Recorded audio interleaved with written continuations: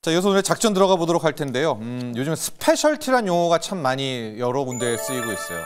금호석유를 이제 꼽았는데 왜냐? 화학 업종에 요즘 많이 나오는 그 용어 스페셜티 기업이다. 이제 이런 판단에서 오늘은 금호석유를 한번 분석을 해 보도록 하겠습니다. 자, 스페셜티 기업. 특히 트럼프 시대에 오게 되면서 정말 증권사 리포트에도 많이 나오고 여기저기에서 스페셜티라는 용어들 많이 나오는데 이 스페셜티 고부가 가치라는 뜻인데 여기에 지금의 스페셜티는 또 하나 이 높은 진입장벽. 우리가 해자라고 하지 않습니까? 옛날에 이제 중세시대에 성을 쌓으면 그 성 주변에 이렇게 물 웅덩이를 쌓는 이런 경제적 해자가 갖고 있어서 다른 곳이 쉽게 못 들어오는 기업들. 그래서 이제 트럼프의 관세 폭탄도 건드리지 못한다. 그래서 이제 스페셜티 기업들 이렇게 판단하시면 될 것 같은데 가령 테슬라 전기차는 아니지만 자율주행에 있어서는 누구도 거기 들어가지 못하잖아요. 그래서 테슬라의 자율주행을 항상 스페셜티 보고서에서는 첫 번째로 꼽고 반면에 엔비디아도 들어갔다가 최근에는 이제 엔비디아의 GPU가 균열되면서 특히 이제 샘 울트만의 챗 GPT 역시도 딥시크로 균열되면서 이쪽은 또 약간 스페셜티에서 빠지게 되는 그런 모습이 보여지고 있고 국내 증시에서의 스페셜티 업종 K조선이 항상 첫손에 꼽히죠. 이제 보면은 세계에서 남은 게 중국, 일본, 한국, 조선은 밖에 없는데 일본은 자기네 배 만드느라고 끝났고요. 중국을 트럼프가 압박하니까 결국 미국은 조선이 꽝이거든요. K조선밖에 없다. MRO 같은 경우에는 K조선이다. 특히 트럼프는 가스의 시대를 열기 때문에 LNG 관련해서는 LNG 날르는 LNG 관련 선도 필요하고요. 또 듀얼 fuel, 친환경 엔진도 필요하고 해서 이제 K조선 이야기가 많이 나오는데 요즘에 앞서 이제 K뷰티 이야기를 했었는데 증권사 중에서 또 다른 스페셜티 쪽으로 이제 K뷰티에서 파마 리서치 또 많이 언급이 되고 있는 것 같아요. 파마 리서치의 리쥬란 아마 주식가 차트를 보시면 알 것 같은데 이쪽도 역시 스페셜티다. 누구도 따라올 수 없다. 게다가 이제 또 누구도 여기를 이제 터치할 수 없다. 관세도 또 불닭볶음면의 삼양식품 이런 기업들이 이제 언급이 되고 있습니다.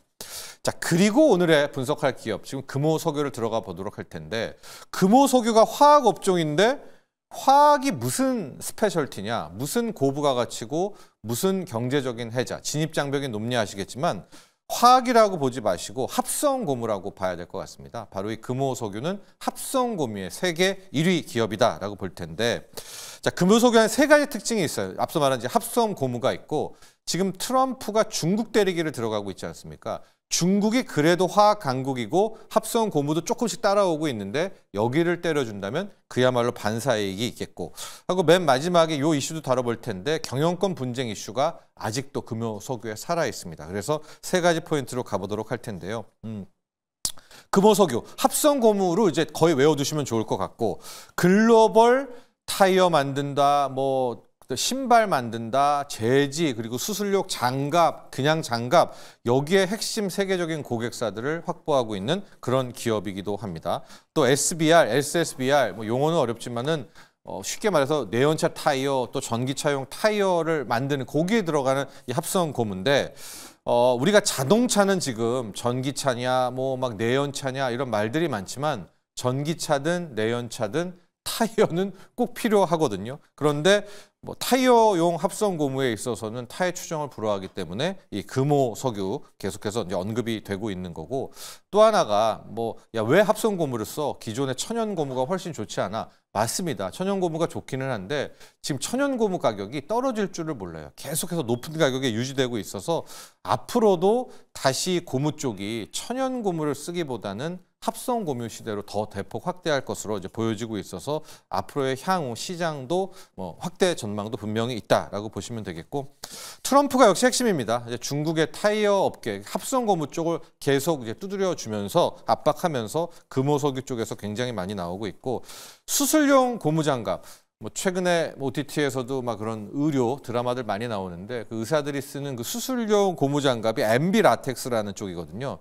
이게 중국이 꽤 저가로 잡다가 이제 바이든 때부터 여기 수술용 고무장갑을 다 때리면서 금호석유가 이 시장을 다 가져갔습니다. 그래서 MB 라텍스의 판가도 올라가고 있고 그 힘들지 않은 작년에도 공장 가동률은 80%를 유지하고 있었던 이런 부분이었다라고 보시면 되겠고요. 표를 하나 보시면 될 텐데 작년에 화학 최악이었었거든요.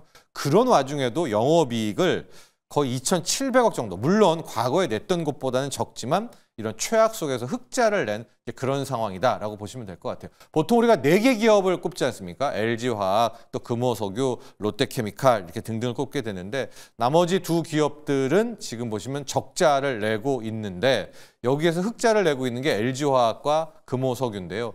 LG화학 흑자 냈잖아. 여러분 이 5조대 뭐 이 정도의 기업인데 LG화학이 영업이익이 지금은 1조도 못 벌어들였잖아요. 그러니까 LG화학 주가도 그렇게 됐다라고 보시면 됩니다. 반면에 금호석유는 그래도 흑자도 내고 이제 하락폭도 적다라고 해서 이 합성 고무의 스페셜티 기억하시면 좋을 것 같고요. 마지막으로 금호석유로 체크할 때는 늘 보는 것이 이제 과거에 고려아연 사태 나면서 많은 리포트들 나왔을 때 고려아연 다음에 또 이런 경영권 다툼이 있는 곳이 어디냐고 언급됐던 것이 늘 항상 금호석유지 않습니까?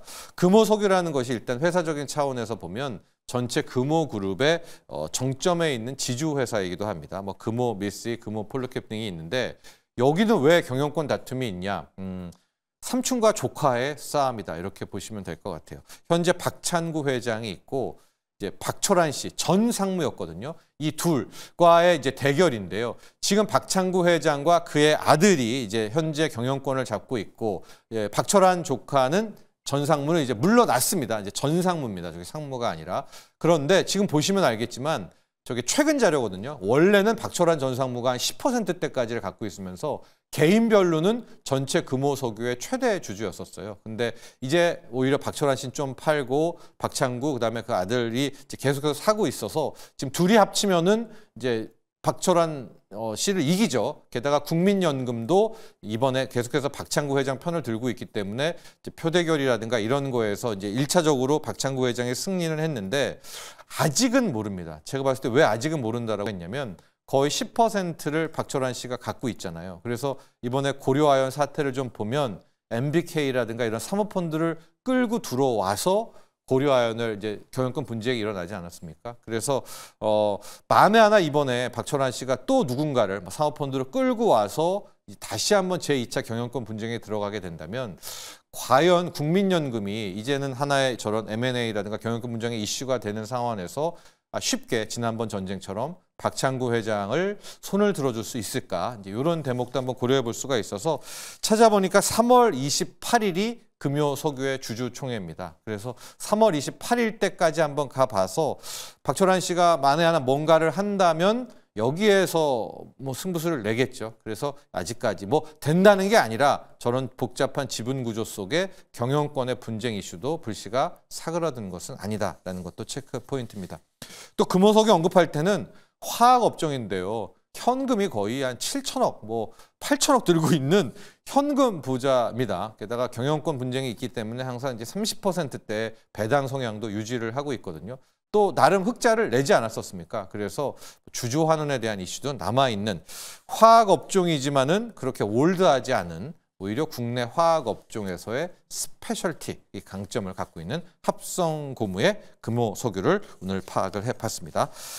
자, 이렇게 작전을 정리하고 이제 두 분의 전문가와 함께 오늘 개장 공략해 보도록 하겠습니다. 두 분의 전문가 모셨습니다. 우리 유창희 대표 또 이동근 대표 함께 합니다. 안녕하십니까? 안녕하십니까? 네. 자, 오늘 보면은 유창희 오로라 투자자문본부장 또 이동근 퍼스트 프라임 대표인데 개장 키워드를 가기 전에 네, 이슈를 한 번 더 보고 가보도록 하겠습니다. 자, 우리 이동근 대표와는 한번 금호석유와 함께 스페셜티 이야기 많이 나오고 있고요. 중국 관련주들에 대한 언급도 많이 되고 있거든요. 우리 이동근 대표는 중국 관련주들, 뭐 화학업종까지 이야기를 펼쳐서 좀 어떤 뷰를 갖고 계십니까? 사실 이제 뭐 중국 관련주들, 뭐 올해 이제 그 작년 한 중반 이후부터 조금 사실 시장에서 조금씩 부각이 되기 시작했던 부분들은 그런 거예요. 이제 뭐 그 중국이 그야말로 이제 그 경제적으로 봤을 때 올해 굉장히 그 강한 부양책을 내놓지 않겠는가라는 그러한 어떤 그 전망들이 많았고요. 네. 실제적으로 지금 뭐 작년 한 하반기부터는 중국이 실제 그 어떤 소비라든가 소비 진작이라든가 이런 부분들에 상당히 좀 집중을 하고 있는 그런 상황이고, 여기에다가 이제 지금 중국의 가장 큰 아킬레스건이라고 할 수 있는 부동산과 관련해서도 네. 중앙정부, 지방정부가 모두 다 이제 이 문제를 좀 해결하기 위해서 뭐 예를 들면 특수채를 발행한다든가 이런 형태의 여러 가지 그 방안을 통해서 뭔가 이제 그런 그 좀 살리기 위해서 네. 그런 부분들 갖다가 지금 굉장히 집중을 하고 있기 때문에 사실은 올해 이제 중국과 관련돼 있는 어떤 이런 그 종목들에 대해서는 저는 좀 긍정적인 뷰를 가지고 있는데, 다만 이게 두 가지 관점에서 좀 저는 볼 필요가 있다고 생각을 해요. 하나는 이렇게 이제 온전히 중국과 관련돼 있는 비즈니스들과의 어떤 연계 이런 부분들에 좀 집중을 해야 되는 부분이 있고, 다른 하나는 조금 다른 각도죠. 결국은 이제 미국하고 중국의 관세 전쟁이 시작이 됐단 말입니다. 네. 물론 이게 저는 아직까지 이게 제대로 된 관세 전쟁은 아니라고 생각을 해요. 타결의 여지가 있다. 그렇죠. 왜냐하면은 사실 중국이 지금 이제 미국의 어떤 이런 그 10% 추가적인 관세 부과에 대해서 중국의 키가 상당히 로키예요. 네. 무슨 얘기냐면 네. 뭐 구글을 뭐 반독점 조사하고 이러는데 사실 지금 중국에서 구글 비중 없죠. 없어요. 네. 그러니까 이거는 의미가 없는 네. 거예요, 아무런. 그러니까 중국은 약간의 제스처를 취하고 있다는 네. 생각이 듭니다. 그렇기 때문에 앵커께서 말씀하신 대로 이거는 지금 또 정치적으로 뭔가 협상의 여지는 충분하다고 생각을 하고요. 이제 앞으로가 문제죠. 이제 네. 앞으로 이제 복싱으로 치면 수많은 잽들을 주고받을 거기 때문에 결국 이제 여기서 이제 어떠한 결과들이 나올 것인가가 중요하고, 그렇다면은 오히려 이제 약간 그 미국하고 중국 간의 이런 그 양쪽에 네. 이런 분쟁에서 뭔가 상대적으로 이제 좀 수혜를 볼 수 있는 업종들에 대해서 예, 지금 말씀하신 네. 이런 뭐 스페셜티 화학이라든가 2년 힘들었어요. 맞아요. 네. 이제 이런 부분들에 대해서 우리가 좀 더 관심을 가질 필요가 있지 않겠는가. 결국 두 가지 관점인 거예요. 하나는 중국의 직접적인 수혜를 볼 수 있는 산업, 하나는 미중 간의 분쟁에 따라서 여기서 이제 좀 이제 우리가 중국을 압박해주면. 또 하나 이제 예를 들면 이제 뭐 이거는 조선업종 같은 경우도 네. 지금 미국이 중국에 대해서 굉장히 강한 이제 제재 조치를 취할 것으로 하니까? 예상이 되고 있는데, 그렇다면 조선업종 같은 경우는 결국 중국을 배제한다면은 글로벌 시장에서 이제 우리나라하고 일본밖에 없거든요. 그렇다면 이제 우리나라 기업들이 수혜를 볼 수 있는 뭐 이런 형태의 어떤 그 양국의 어떤 무역 갈등으로 인해서 수혜를 볼 수 있는 이런 업종에 대한 관심도 저는 충분히 필요하지 않겠는가, 이런 말씀을 좀 드릴 수가 있을 것 같습니다. 그렇습니다. 지금 화학, 철강 2년간 너무나 주가가 무너지니까 아무도 관심은 없는데, 자, 중국과의 관계, 중국을 배제하던 아니면 중국의 숨통을 좀 트여주던 어떤 식으로든 반사효과와 중국적인 모멘텀이 있는 화학, 철강, 일단은 조금만 더 지켜보시죠. 아직 뭐 수급이라든가 이런 건 돌지는 않았지만 주가 자체의 바닥이라는 것은 확실하다. 또 이런 견해도 함께 해주셨고요.